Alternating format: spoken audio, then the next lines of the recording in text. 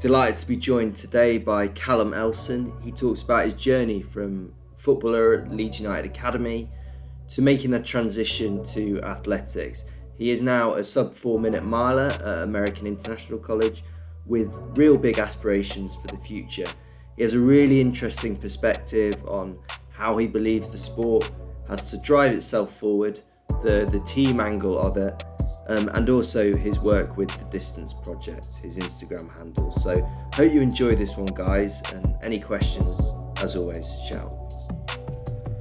Congratulations for, was it a couple of days ago or Saturday? Yeah, Saturday.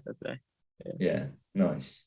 I've tried to find a link for it, but I've had to go off your Instagram basically. But then I'll send you one. I'll send you one over afterwards. Yeah, it's a good race to watch. I finished second, spoiler, but the guy who won got disqualified, so it was a bittersweet one, really. I didn't get the excitement of coming over the line first, but second was higher than I thought I'd finish anyway, to be honest. So I'm happy enough. It was well, we might as well start with that then. Were you expecting to compete at least? Well, yeah. So the start of the year, I finished All American cross country, so that's top 40 here. So I did okay, but I've always seen myself as more on the distance side of things, purely based on the fact that I've never done any middle distance. So it kind of circles back with how I came into running, but because I didn't come in through track and field like a junior athletics club doing an 800, a 400, a 1500, I've never done those events apart from literally like a school sports day on a field, like sort of thing. Never anything proper. I've sort of come in straight at the lowest end being 5K, and I'm talking like, fun runs, like going to the even split series in York and all that sort of stuff like that. So I presumed, indoor track, great, 5K, 3K, that'll be my sort of thing. And really, we got a new coach in December, and so when I got back here in January, after doing the Ribble Valley 10K, and again still thinking, great, good 10K, get down to 5K, he just was like, right, cool, you want to do the 5K, we'll stick you in a mile first, just get some speed, like just part of training. And I ran on a flat track on 409, so it's like 406 converted, and he was like, all right, actually you could be onto something here. A few sessions later and stuff like that. So actually getting to the championships, I'd only done 3-mile races before, so it was kind of just a potluck thing of like, well, you've got the qualifying time. I went to Boston, it was like, just see how close you can get to 4. I ran 3:59. I was like, oh, fantastic, like, great stuff. So I'll enter for the mile. And then once I was there, it was kind of like I'm playing with the house money at this point. It's like I've got there for an event I didn't think I was going to get there for. Try and get through my heat. If I get to a final, then fantastic. And then once you're in the final, it's just a race, isn't it? It's anyone's game. So I knew I could do well, and I was ranked 4th going into it. So I finished higher than that. But yeah, it was kind of just one race at a time. As cliche as it sounds, it was just sort of rolling with the punches, and the inexperience paid off. Really, it did give me a chance to get nervous. Yeah, I mean, that it is quite nuts because I think people forget. Well, they don't really forget. I know it happens all the time in America. There's a lot of people that break 4, but generally, it's a hard thing. Like, it's not many people do it at all. For example, like one of the guys I trained with is a guy called Stu McCallum, and he was in the GB senior Eurocross. So I went to watch him the other day, and he ran 4:01, and that was, he felt like he's a serious class runner, but breaking 4 is like just it. Did it kind of shock you that it was? Did you kind of realize how big an achievement it was when you did it? Yes and no. So it's a weird thing. So it's like you said about America, we have the depth is so crazy. And this year, especially because of everyone having sort of a COVID year where they trained like a pro athlete, coming into this year, what technology, everything, wherever you put it down to, everybody's running quicker. So the meet that I did it at Boston, the BU Valentine meet, they kind of have like probably 16 heats of the mile. And sort of in the first 4 or first 5 heats, you've got people seeded, 402 or below. So everyone's got their eyes on sub 4. So when you turn up and you're in one of those heats, you've got the expectation of like, right, I know this is going to be the pace, or there'll be a pace through 800, and that's what you're really going for. And you're competing with D1, D2, and D3 athletes. So even though I'm at D2 level, I'm still competing against, some of the best athletes from some of the most prestigious colleges. So it kind of breaches that element of, being trapped to a certain caliber as such. So when I broke it, I was like, fantastic, great. First, that person in my conference to do it, because, the college and the set of colleges I'm from are not known for being, overly amazing on a national level. But I kind of, taking it back to a perspective of just a normal person, I use my dad as a great sounding board for anything, because he loves sport, really competitive guy, obviously supports me, but he just doesn't know much about running at all in terms of professional athletics. Like, if you said to him a 1500 meter time, it wouldn't mean anything. He wouldn't know if 3:30 is good or if 4 minutes is good or whatever. But obviously sub 4 is like a thing that the general guy knows. So when I ran, I think, I split 4:01 in the DMR, so that works out like a 4:03 mile because it's 600 meters. And he texts me saying, "Oh, nearly sub 4. Who do you think you are, Roger Bannister or something like that?" And then the week later, I actually did the mile and got under 4. And he was like, "Bloody hell, Callum, like you're improving, like you're doing really well." So that means so much more to him than, say, if I run a 14:07 5K. It was just like, "Oh, that's quick, like well done." People don't run that at parkrun, like a normal thing. So yeah, I think it's prestigious for a British person, I think, more than you would think. But still, you see people here with their sub 4, number tattooed on them, 3:59.70 or whatever they ran. So yeah, it must mean something. But yeah, it's just a weird year to do it. More people than ever have done it this year. Yeah, well, still, you can't. It might be the sort of thing you look back in, 4 or 5 years' time, and you think, well, hopefully you'll run 3:55 by then. But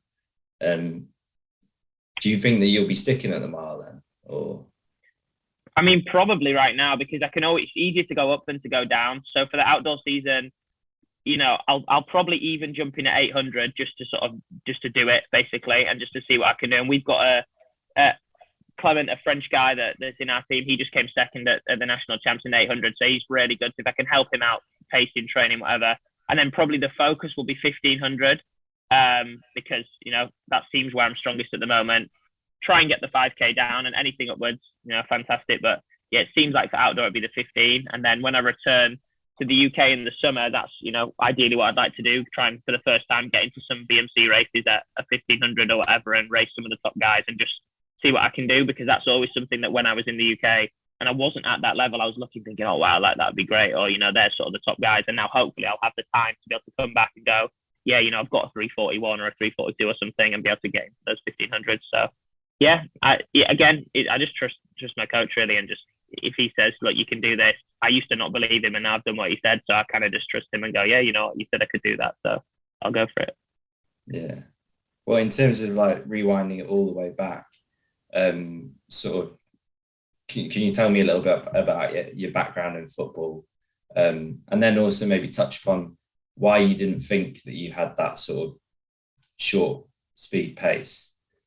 Yeah, definitely. So yeah, to go all the way back, so I just started playing football like everybody does, like joined the Sunday league team, played, but from a really young age. So from when I was 7, I was going down to Leeds Academy. My parents were really big on my dad's a massive football fan, but my mum was obviously really supportive of anything. So when a Leeds United scout said, oh yeah, we want Callum to come down.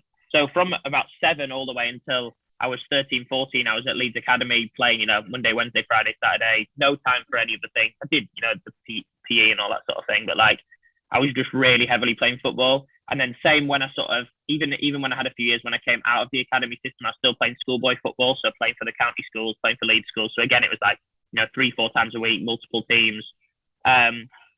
Just playing football, but ultimately knowing when I was sort of like 14, 15, that while schoolboy level was great, the jump in football to playing professional academy and seeing boys my age getting onto those youth scholarships and stuff, and it wasn't me. It was never going to be a thing that I was gonna actually make it. And at a similar time, just from being that footballer, that the main attribute that anyone would say, one, that I'm loud, just because I'd always shout on the pitch and just lose my head a bit. But secondly, that I would just run around like crazy in terms of the endurance, just naturally for whatever reason, getting around the pitch was my biggest attribute. So kind of when I was 14, 15, I started to just do some literal like a park run or a local like 5K fun run that they did at the Roundhay Park and stuff like that. And was doing like well just from being like a fit kid, basically. So from that, secondary school PE teachers just said, yeah, you can go and do the cross country if you want. Like, we don't have a team, we don't take anyone, but like if your mum wants to drive you, like you can go. And interestingly enough, my mum actually ran for GB when she was in her youth, but not distance running. She did 400 hurdles when she was 16, 17, and did world juniors, different stuff like that. So she was really big as soon as it came to running, was like, yeah, of course you can come and do this. And, kind of in the family a little bit. So she'd drive me over to the cross country, and I would race on a Saturday morning in like the local cross country, come like 6th or 7th, being a tiny little kid against, big guys that were seriously doing it. And then I'd drive straight to football, shin pads on in the car, spikes off, football boots on, arrived literally just before kickoff to be like, oh, you've had a warm up this morning, Callum, like you've done your 3K or whatever it is, cross country. And then I'd play, football for 60 minutes, 70 minutes. And that was just a weekend. And from that, I did, your county schools. I went to English schools, cross country, and I think I went 3 times. And the first 2 times I went, I came, an irrelevant number, like 140th or 180th or something like that. And then when I was 17, so I just kept doing this basically, and it was like, just run in the summer when I'm not playing. And I was literally doing like Sheffield 10K and random 10Ks with my mum, who was training for London Marathon, as like just, like a 4-hour mark or something like that.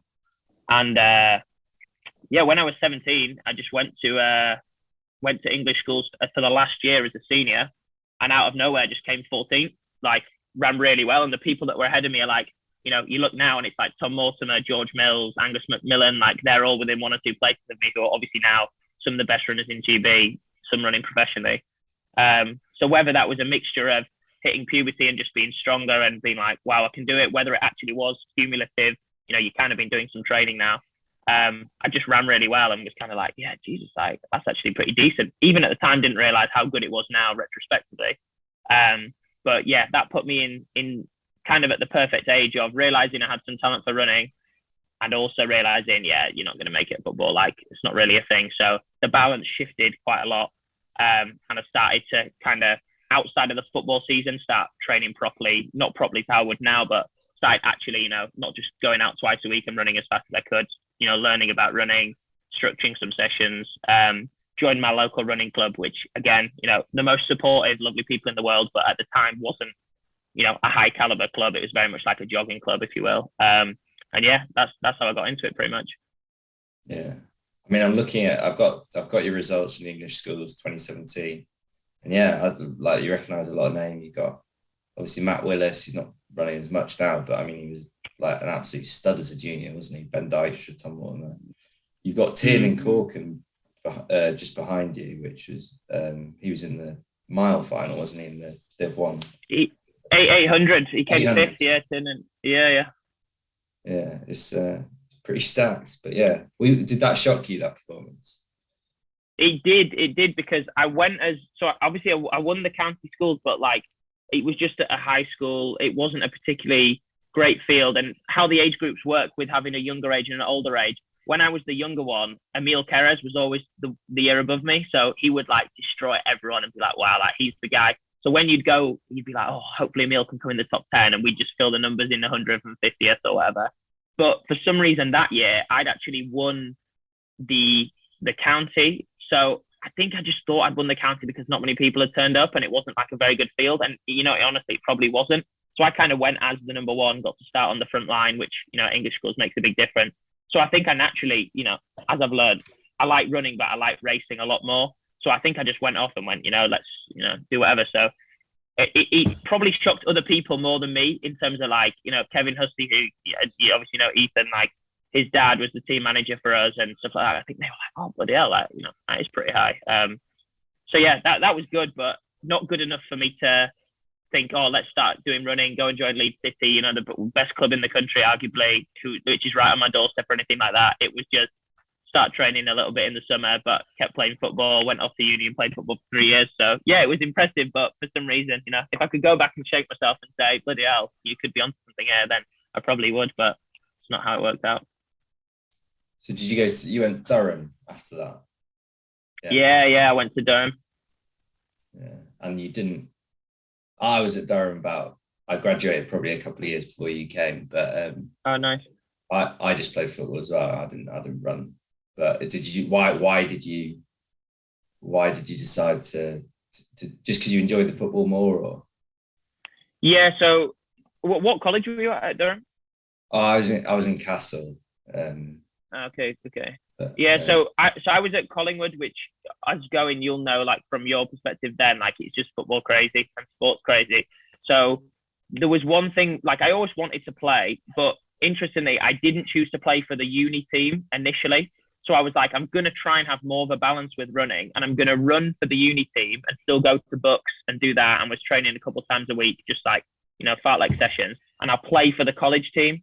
So in my head, that was me like dumbing down football and being like, look, have some social football on a weekend and do the uni running more seriously. But obviously, as you know, at Durham, like college football is like live or die as much as it is for the uni. So being in the top team at Collingwood was suddenly like, oh shit, half the team, they play for the uni anyway. They're saying, come and play for the uni team. Like, yeah, you'll get in, this, that. So after the first couple of years of, trying to balance it, I was so immersed in football that I was like, you know what? I don't want to leave uni without giving myself the experience of playing for the uni team, being able to go to, Loughborough and play against them or whatever, because it's an experience I really want to have. And I'm really big on like the camaraderie side of football and like the team atmosphere I really like, and that's what I try and have here with the college team.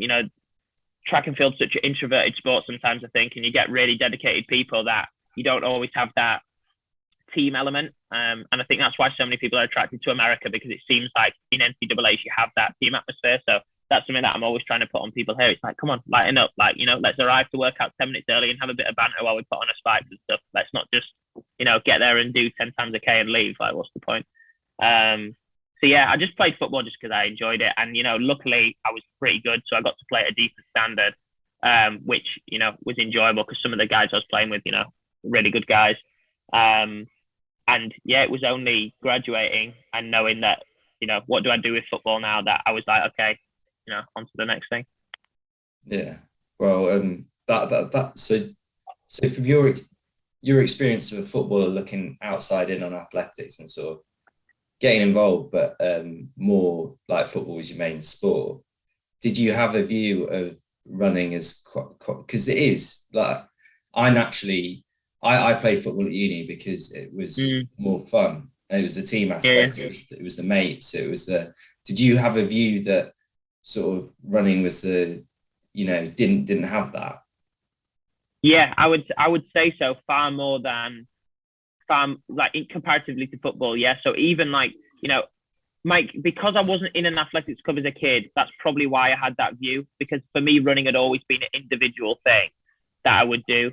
And even when I went to books, like, don't get me wrong, the Durham team, really lovely people, still friends with them now, but like, wasn't the same clique or the same like banter and atmosphere that I had when I went, on the bus to the football matches and things like that. So again, I think it was just a friends thing, and the best friends that I had from uni all played football, whether at my level or in one at, a lower team, and just did it socially or whatever. So I think I'm just that kind of person. I'm football mad now. I get up at, whatever time difference to watch the Leeds game still. It's just, I just really like it. So I think that was why, and looked at, cross country as being a bit like, oh, you just go and do it and come back.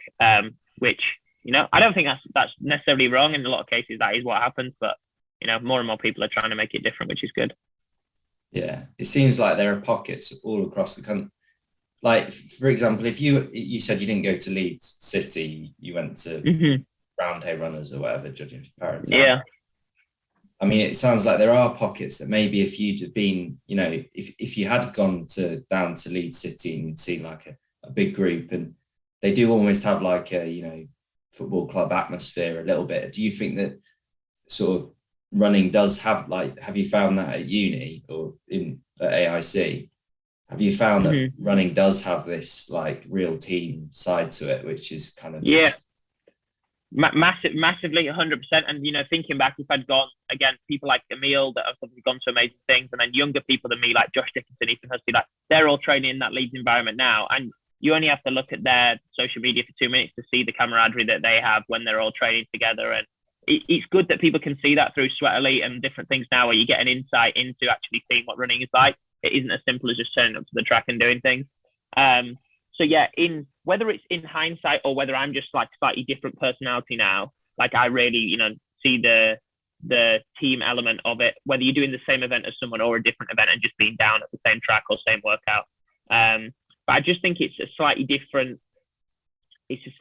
personality, like type of person. I don't know. It's hard to describe, but I think football comes a lot more with sort of mutual responsibility, and the sense of like the reason you have to be as a team is because you physically play the game together. Whereas even if I go and in theory, when you look at it, I could go and train by myself, or I could train with my team, and I would still be responsible for the same outcome. People think it doesn't affect you having a team, but as I've realised from having a year where I train by myself compared to 6 months here where I've been training with a team, and my results and progress have been far different because I've had that around me. It does show that there is a difference. I just think until you experience it, it's difficult to understand. Yeah. And what sort of talk me through how you ended up at AIC? So it probably matches. There's probably a theme here with stuff just happening without much thought. Like, I was graduating from Durham, and basically my structure at Durham was, I'd start the term in whenever, September, October, and then I'd play football all the way to we went home for Christmas at December. I'd do 2 or 3 races in December, and then I'd play football from January to March or whenever the season finished for exams. And then that big period between March, April, when we had exams, all the way back until starting in October, I'd run. So at this point, I'm probably doing like 4 or 5 months where, I'm doing more training, I'm focusing on running, and I'm trying to do some 5Ks, 10Ks. And at this point, I'm getting pretty decent times in the grand scheme of things. Like, I got down to doing like a 15-12 or 15-15 or something like that, 5K. So those times for Division 2 NCAA are still pretty decent. So if you were a coach that looked at the rankings, which is what a lot of people do, they'll go on to Power 10 or, under 20, under 23 rankings for that year. My 5K wouldn't have been that far down. So I actually, the previous coach here, who we've not actually overlapped by the time I got out here because of COVID, but Leo Mayo, he reached out to me and just said, are you interested at all in, American college? Have you thought about it? That sort of thing. And me being me, graduating from Durham, either had chances to continue interviews with like graduate schemes and go into like most people do, head down to London for a job or something like that, or have the opportunity to come out here and not be. I wasn't good enough to go to like a top D1 uni, or didn't have any amazing times where it was like, wow, running is your thing. But after a conversation with the coach where I just said, yeah, I've run this time, but like, I've not really done any training for it, or like, I don't really know what I've been training for, and I've got around 15 minutes.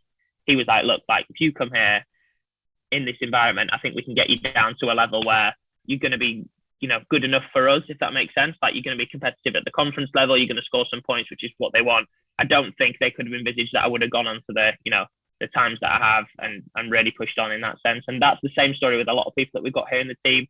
No one really came over as someone that was identified as winning a national title or going to compete, really highly, but they've stumbled across some sort of hidden gems, if you will, that didn't really have the potential to go to top D1 schools and have come here. And now, we've got a guy who runs 148. We've got me 359. We've got a 13:40 5K guy. So like, all pretty decent people for the D2 level, which is really good.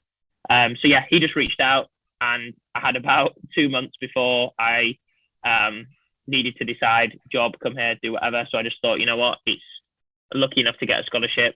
Let's go and do it. Like, you're not going to get these years back. And then after I'd sort of signed it, agreed it, COVID and everything happened, I ended up staying in the UK, doing my classes online and training by myself for a year before I actually got here. So would you believe it? Did you ever think about packing it in during the pandemic? I didn't, on the basis that during the pandemic, so I was kind of lucky in a way, because obviously when I'm here, I'm a student athlete. When I was at home doing the classes online, the way that my MBA, so my master's here, is structured is for athletes to give them the maximum time to focus on running and stretch their eligibility. They often take a 1-year course and they stretch it over 2 years. So as you can imagine, coming from somewhere like Durham, where it's quite seriously academic and like, whatever course you're doing, it's pretty work intensive, to coming here where the work was almost like nothing, basically, because they want you to have as much time to do your athletics. So take away the fact that I'm not then even doing athletics, going to meets, traveling or anything like that. I was at home in the UK. So I actually managed to get a job while I was working. So I was working, in just a marketing job, like an entry level role during the day. And then because of the time differences, in the evening, I could do my classes from America. So it was quite good in the sense that I could save up a bit of money. I could get some experience working alongside it and do my running. So rather than seeing it as like, oh God, I don't know if I can be bothered with this anymore, it was more like, okay, I'm going to kind of set myself up so I can have an even better year when I go. Like I'll have the finances to be able to travel around. I'll be able to, do this, do that. So yeah, I didn't really think about packing it in. I was more thinking, what's the earliest opportunity that I can get out there to make the most of it. And I got a lot better in that year anyway. So I was actually more excited to come out, because rather than coming here as a 15-minute guy, I came here as a 14:07, which is like, you suddenly go from, oh, will I even be one of the best at the college, to like, oh, I might be able to qualify for nationals, which is, a massive attitude shift. Yeah. Was that, where did, I think I might have inadvertently seen you. Was that at Elton that you ran the? Yeah. So I did that at Elton, yeah. Yeah, I think you're in the race before me. We were wondering. Oh, nice. Well, we didn't really know. Like you don't know who everyone is, but I remember you must have been off the front with one other guy. Yeah, that's right. Yeah. Yeah. Who, funnily enough, actually went to AIC, which I didn't know at the time until we finished the race. And I looked at his vest and I was like, I'm sure I recognise that logo from somewhere. And he's an Irish guy, Mitchell Byrne, who did 3 years out here. So, yeah, that was I was only trying to run 14:30 and I ran 14:07. So, yeah, there's a theme of me underestimating myself a little bit. So was that, would you say that was your big breakthrough in terms of before you went to AIC or? Yeah, probably. Well, yeah, a few months before that, I ran a 10K. Was it April or June? I can't remember. It was called the Midsummer 10K, which was in Leeds, and they had some really good 10,000 meter races set up. It was kind of like to try and emulate the night of the 10,000 that they do down south. And they had an A race that I can't remember what that got won in like maybe low 29s or something like that. And my race, a lot of people were kind of going for 30. So I did well there. I did like 30, 14 and won. So that was good. That was like, all right, yeah, I'm getting somewhere. But then the main ones were, yeah, in the summer, I had a 3K at Leeds where I did like 8:15. And then the same week, Elton, that 14:07, I was kind of like, okay, yeah, you've got yourself in some decent shape to head out to America. So yeah, that was just, again, could I have gone faster? I don't know, maybe.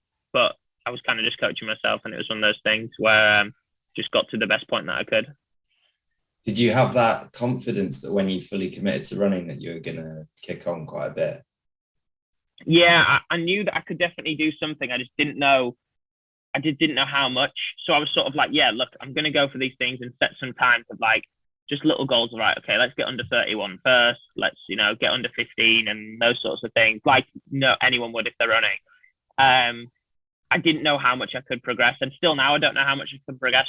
Like I don't know if, when I go outdoors and run 1,500 meters, will I just run something equivalent to the 3:59 mile, and that's all I've got in me, or actually, will after 2 months more of training, will I, progress even more? It's difficult to know. But the good thing with being a little bit older, I guess, coming out here is that I think I can accept it a little bit more. I don't have pressure on myself to sort of be like, oh, I'm 18 now, so I'm competing for these under 20 things, or I want to, really try and make this junior team or something. I've got to a point where I'm like seniors. I'm competing against, everyone. I'm in the same rankings as, people with bronze medals at the Olympics. So it's like, there's no pressure as to when I need to do something. It's just sort of, I'll get there when I get there. And if I don't, then, it's not meant to be.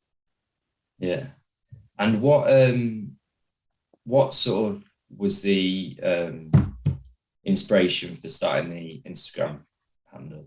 Yeah, so that was in COVID.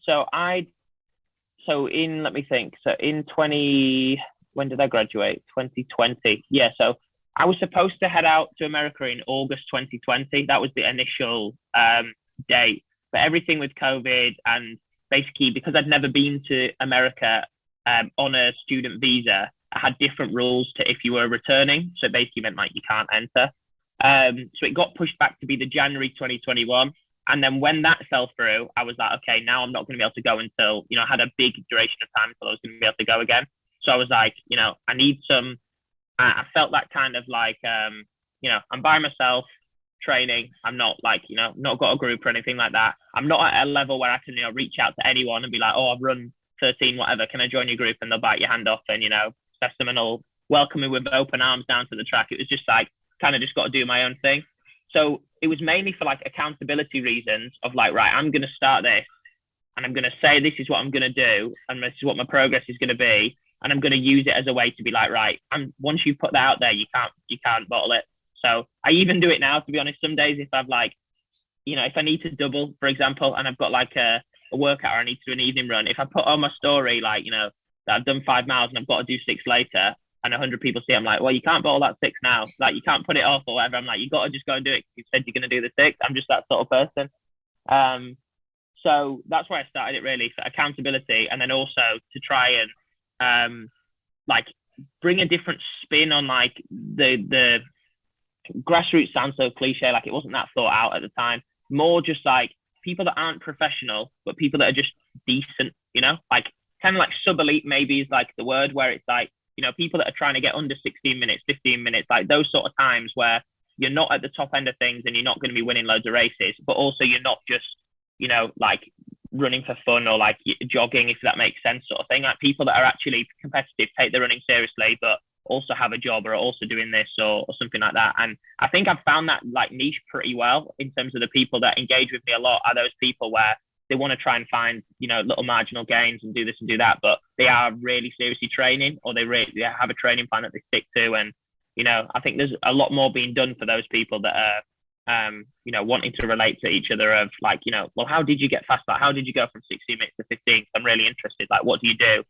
And in the same way that I basically, when I was coaching myself, just copied the sessions of people that were running 13 something and just edited them to suit my fitness. A lot of people are doing the same with me, which is, really cool. And I openly put everything out there so people can do that and, give workout advice and that sort of thing. So yeah, it went from just being accountability to how can I like build some kind of community element around it and have a Strava group and all those sorts of things. To now kind of being like, shit, like, if you did follow me back then and you like liked my post about breaking 15 minutes for the first time, it now must be pretty cool to see me like winning a mile in NCAAs. Like, it is quite, kind of worked out in like a movie in some ways. So it's pretty cool. Yeah.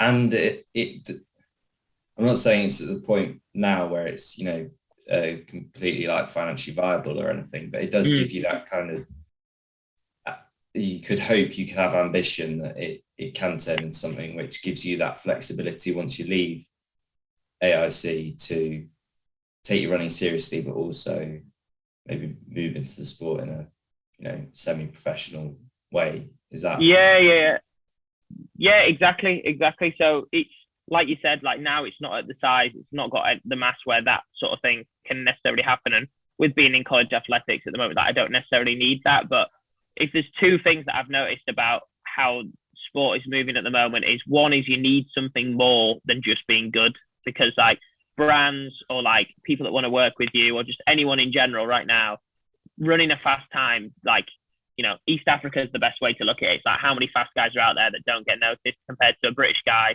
that runs a minute and a half slower and, has his life set up for him by a brand. It's like, you need to be marketable. You need to have like an audience, people that look at you and, be, either influential or just have some sort of like prominence. So that's part of it. Kind of like, get the more eyeballs I can get on me, the better for my own future opportunities, the better for when people can actually see what I'm like and if they would want to work with me, if they want to train with me and stuff like that. And I know that from doing similar things with people, in my local area. My girlfriend works down in Cambridge now. And so when I was back there over the break, I was like, let me see who runs in Cambridge, who's good in Cambridge that I can, train with and do whatever. And the first thing you do obviously is go on people's social media and see, let's see Jack Gray off. Seems like a great bloke. Like, let me message him and see if I can go and train with him or, see what groups are there. So, yeah, it's partly for that reason. And obviously the entrepreneurial side of things is just like, if I can keep organically growing it in the way that I'm doing, then naturally those numbers come with being able to get stuff for free, which is great. You don't have to pay for it. And then also if, there's something that I believe in where it's like, we're going to pay you to do this, then, that would be fantastic as well. But it's not the main outcome for it. I'm still committed to going and getting a job and doing other things, but you never know. Do you think that anyone chasing that sort of wanting to become a full-time runner has should see it as sort of unnegotiable? That's not the right word, but that you have to have that social media presence? I think it totally depends. Like a massive part of it, again, like I can't speak from experience in this sense of how it exactly works, but obviously if you can get someone to represent you, and there's a lot of agencies now that are doing it, and you have like Forte Sports Management, Head Start, where like they'll be looking at top juniors, people that are like big on the British scene, if you will. And if you've proven yourself winning and you're on the track and your running does the talking, then that can't really be argued with.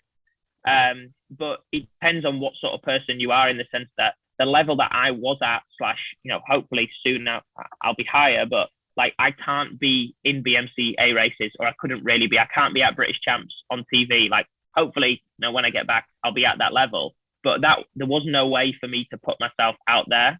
And the same when you're in the States, you're so crowded by so many other people that people like yourself give a platform to this is what some Brits are doing in America. But apart from that, there's not really any way to find out about it. You're such a small fish in a big pond. So in terms of social media, I think if you're at the top level and there's enough photos of you crossing the line in first or running ridiculous times, you can probably get away with it, you're fine. But if you're, competing against loads of other people that have also run 13:40 for 5K, then you need something to give you the edge. But Phil Sessam's a great example of someone who ran fantastic times on the track, and, people that knew him looked up to him as an amazing athlete, but by his own admission, didn't really get given anything in terms of like paid opportunities and things like that. And then after the transition to the marathon, giving him that mainstream appeal where everybody knows what the London Marathon is and everyone knows that seventh is good, to go, oh, wow, who's this guy? And overnight his social media has shut up. He's had partnerships. He's obviously now running with Adidas. So I think that's a great example where he put a post out saying, like, if this is my 15 minutes of fame, like I need to take it and make the most of it. And, I need to make sure that I'm on it with my social media. I'm putting things out. I'm showing people what my training is like. So that's kind of the approach that I'm taking with it now, of the more people that can buy into me now and have that sort of organic following, then, if I do get that one opportunity where I get a really good race and kind of, blow up, burst into the scene, whatever, then I've already got something behind me, kind of thing. Yeah.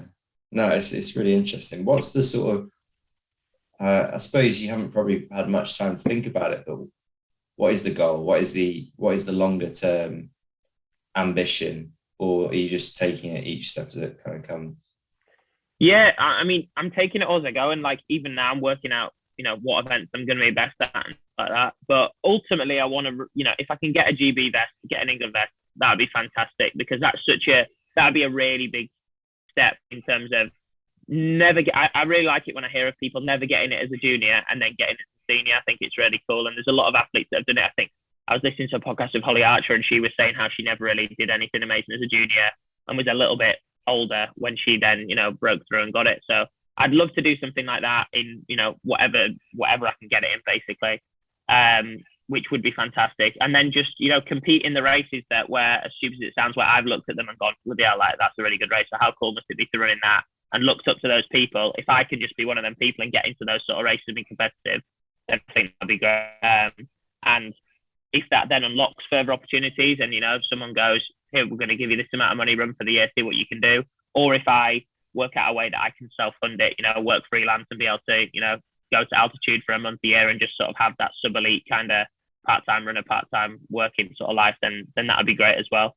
But yeah, like you say, it's just playing it by ear at the moment. And if I finish the outdoor season with, 3:39, I'm going to be in a way different position than if I finish the outdoor season with 3:45. It's that simple. Yeah, nice. You're not far off 3:39, are you? What?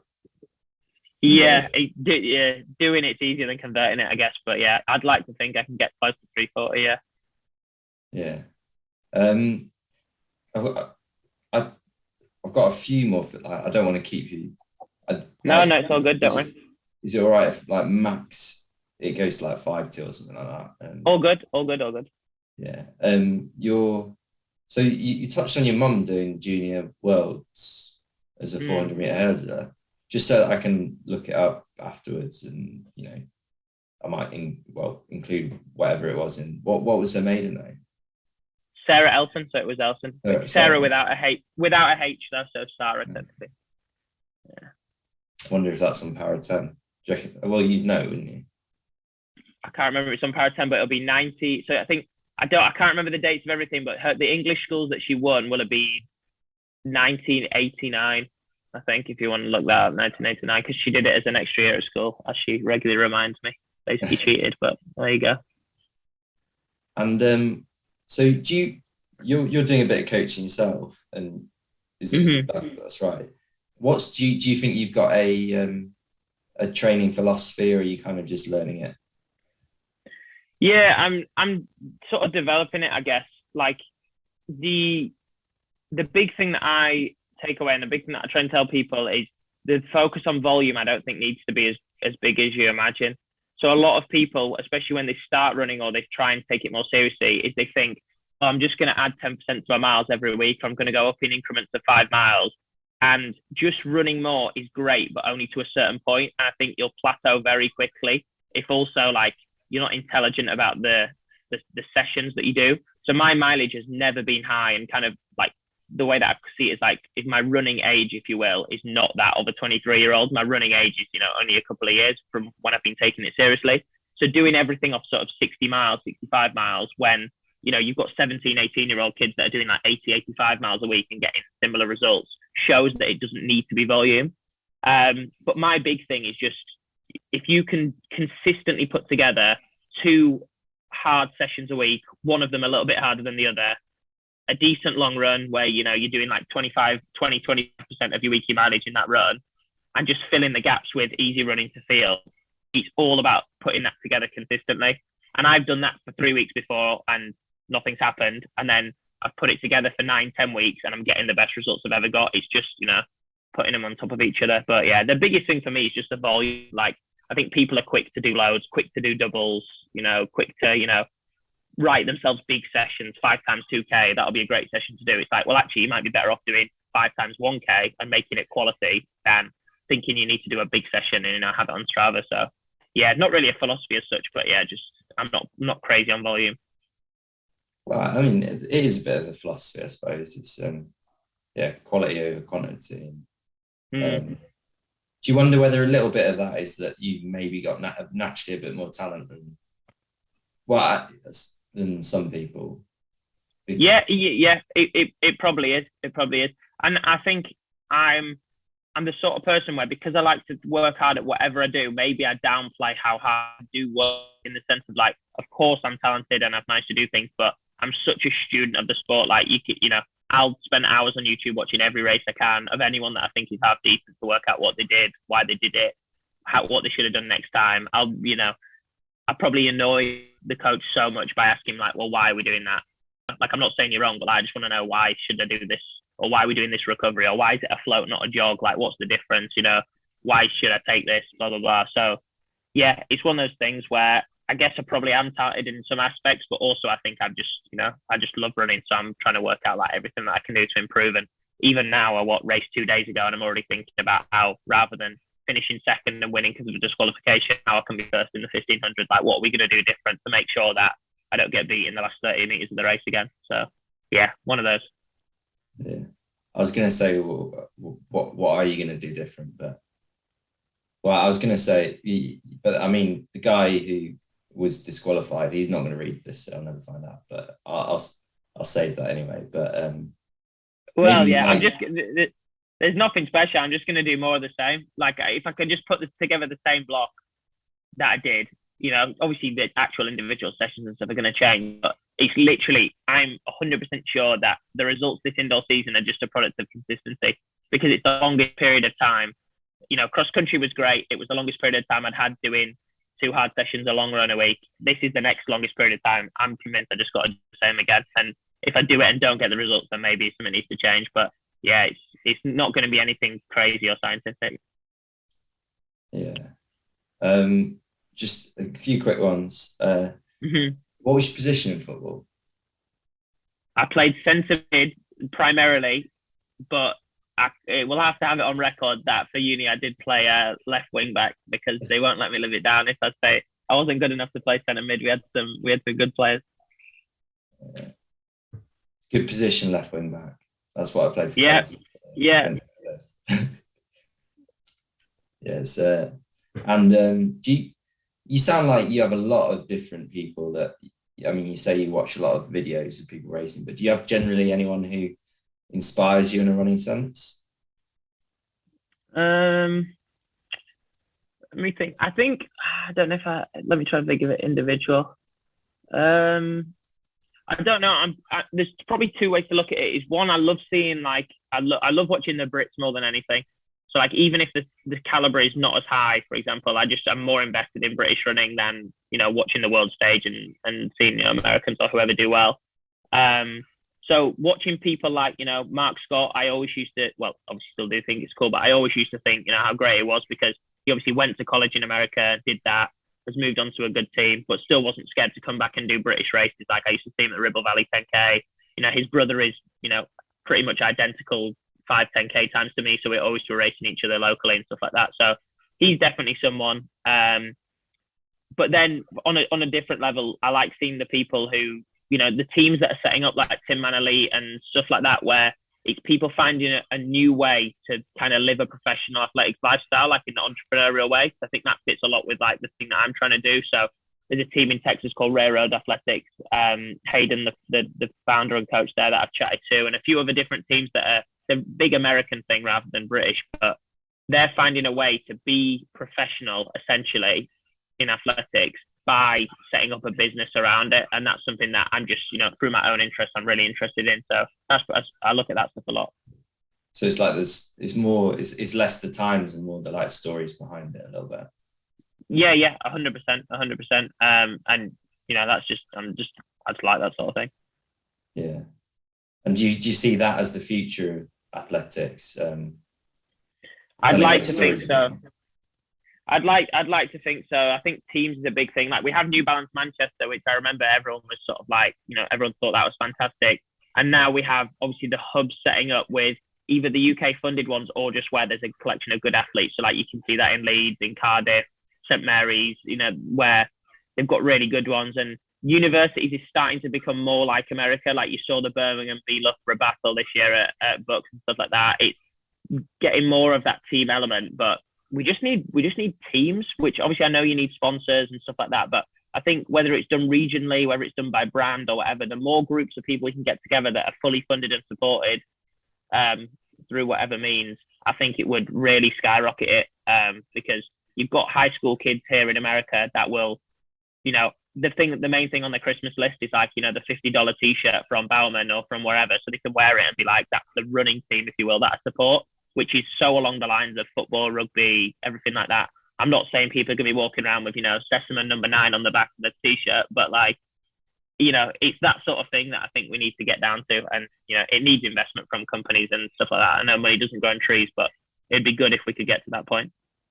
Do you think clubs could do that? Existing clubs?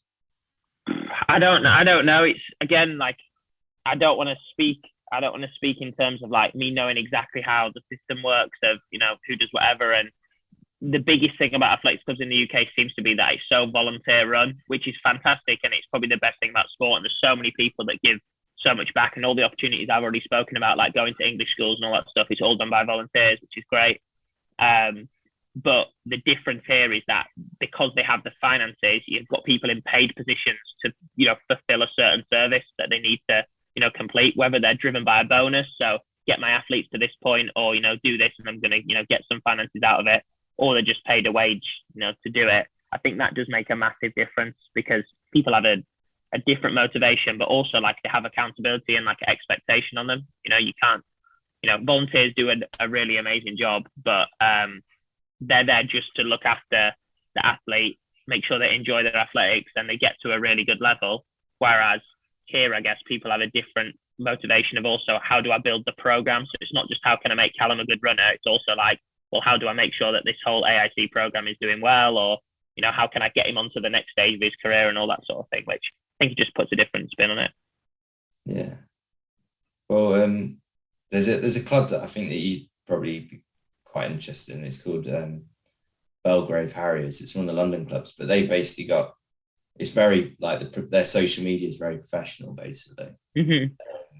I think you'd be quite impressed with it. But yeah, that's is that where they do is that where they're doing that comeback 5,000 with Lloyd? Yeah. No, I saw that before. I'll definitely have a look.